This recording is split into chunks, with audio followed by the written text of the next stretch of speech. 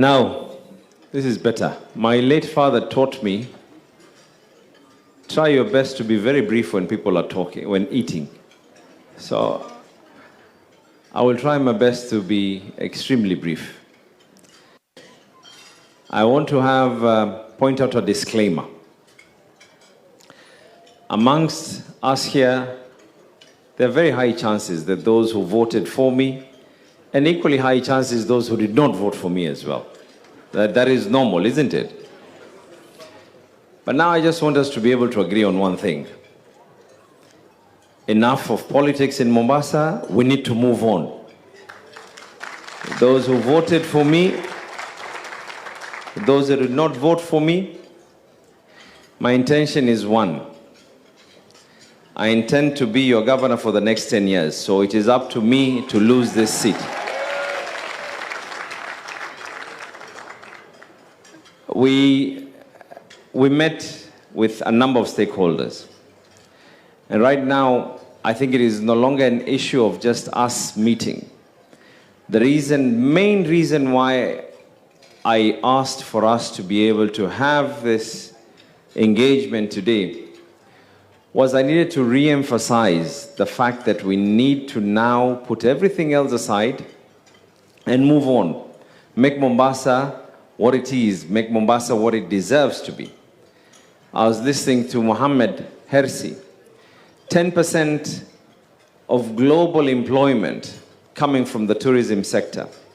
Yet, according to the Kenyan National Bureau of Statistics, only 4% of Mombasa's income is derived from tourism, direct amounts. Questions of what we need to do. I need to lay it out in our manifesto. We talked about conference tourism. I have some good news. I'm already going through 2 files as we are speaking. And I'm hoping that immediately after being sworn in, I shall be doing a groundbreaking for institutions that want to put up conference facilities in Mombasa. That shall be an advantage and an added amount of tourism in Mombasa. We need to battle it out together. We cannot have an airport that has been built into figures of about 7+ billion shillings and to be able to do nothing else except do domestic flights. I have a feeling with the right presidency, things are going to be extremely smooth. But even so, with any presidency, as long as there's that element of common desire for growth, any single person should be able to accept the fact that we need open sky policies in Mombasa. And it is something that we're going to be fighting for. We were able to talk, and I think this was a request that came from those in the hospitality industry, where they suggested that instead of having so many taxes and levies from the county government, what if we peg one particular figure based on a percentage on sales? And I'm up to that challenge, because I know under my stewardship you will grow. And when you do grow, that means that it is extra income that will be able to serve the people of Mombasa. So I've already tasked, today I had the first meeting, first formal engagement with the county teams, where they were starting to prep me up on what it is that I should expect when I take over after being sworn in, which by the way is on 15th of this month. I hope that Mustafa will be extending invitations on our behalf to all the members here, and we hope to see you there. Now, money has been poured. Taz nawakas kizima. I want to address this to Kifwa and Kenya Transport Association together.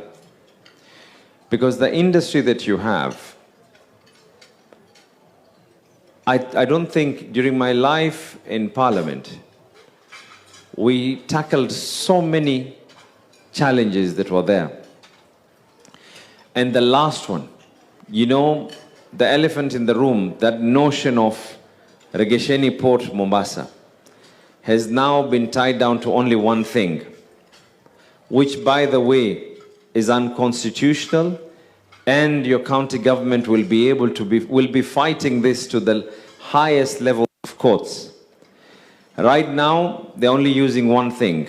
If your PIN is not for Mombasa, then collect your cargo in Nairobi, and the cargo is being transported through SGR. That is totally wrong. And I gave an example today. I hold an identity card from Kibera in Nairobi. Don't ask me how my ID is from Kibera. But my identity card is from Kibera. But I became a member of parliament from Vita constituency for 10 years. And right now I'm the governor-elect, and I intend to be the governor for another 10 years. It does not mean just because someone registered their PIN in Nairobi, it gives no institution the right to direct and force cargo to be collected at certain areas. That is totally wrong. In fact, in my last weeks of parliament, that is the issue that I was actually trying to fight. Parliament went on recess. Little did they realize, or did they know, that I was going to end up being governor, so things are a bit worse on that angle. But equally, and this is something that I'm hoping that everyone will be able to support us on, we shouldn't just be talking about returning port services to Mombasa. We need to start the discussion of having a stake in the port of Mombasa. That is the discussion that we want to be able to wait for months and months and months, or to try and talk to so-and-so to be able to get permits. These are things that will be done automatically. For the record, the construction industry in Mombasa, which is well dwindling and dying as well, contributes to 9% of our economy. This is how we're going to be able to grow. And now I want to tell you how we're going to be able to monitor this. In the office of the governor, that means they will be reporting directly to me. We will have a directorate whose job will be nothing else except ease of doing business. My intention, I took this role for no other reason. My first intention, if I wanted to do anything else, I would have continued being a member of parliament. And I would have done it. And I did a very, very good job as a member of parliament. Najisifu. But it is the truth, isn't it? And I intend to leave the same legacy when I become governor. We will have an ease of doing business directorate that will be reporting directly to me, giving me weekly reports and telling me that so-and-so, we've been able to do A, B, C, and engage them in this and this way.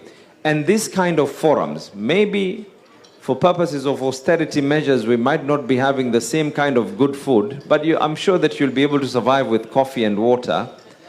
But I intend to have quarterly meetings with the business community, so you can be able to tell me what it is that we intend to do, what else we need to do. I've had issues here about garbage collection. It's a problem, isn't it? It isn't? It is, isn't it? Now, within the first 100 days, I've already expressed my intention. Within the first 100 days, there's some things you don't have to reinvent the wheel. At times, it is not a bad idea to copy-paste on what other countries of the world have done. And within the first 100 days, we are going to be able to issue out an expression of interest, an international expression of interest, to try and talk to those people who can be able to come and do recycling programs in Mombasa. Based on the responses that we will be able to get, open expression of interest, based on those responses, we will then now know what is the direction that we can be able to take. But my dream is to have a situation where Mombasa can be a producer of clean energy through the same garbage that is out there, we can be able to be a producer of clean energy so that the Kenya Association of Manufacturers do not complain that the cost of power is too high. And there's some things that we did when I was in Parliament. I was part and parcel of the ones that actually passed this. We actually approved that when it comes to clean energy, the producer of clean energy can sell to the buyer directly. It shouldn't be a problem. So that even the hindrance of saying that we need to get approvals from so-and-so and so-and-so become null and void. And I've heard issues here regarding the SEZ. The Special Economic Zone in Dongokundu is national government, of course. But there's something else that we intend to, and I know that the current regime had taken it up to a certain level. Now it is my role to finalize on these matters. And this is the Miritini Industrial Park. This is going to be a game changer. It is going to be a game changer because now we're looking at a different way of seeing how we can be able to do business, how we can make Mombasa our geographical location. We have an airport, we have a seaport, we have all these things that are there, and we have that manpower. What else can we be able to do? I had my sister talking about the SACCOs and the SMEs.